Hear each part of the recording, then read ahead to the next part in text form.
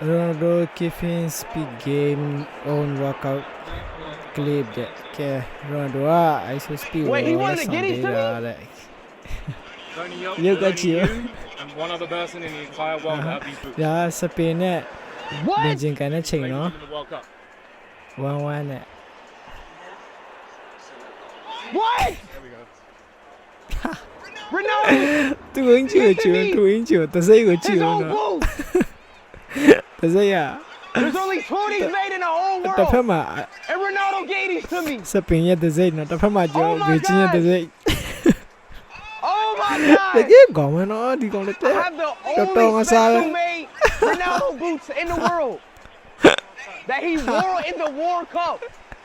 He wore these in the World Cup, တကယ် Chad. သူပြောတာစိတ်ဝင်စား Oh my သူ God. အင်ဂျီပဲချီပြီးတော့ရည်ချင်တယ်နော်ကွာမဟုတ်သေးဘူးကွာဒီကောင်တော်တော်လေးကအရှက်ယူတယ်နော်ချီအောင်အင်ဂျီကအရင်ကလည်းပင်တင်နဲ့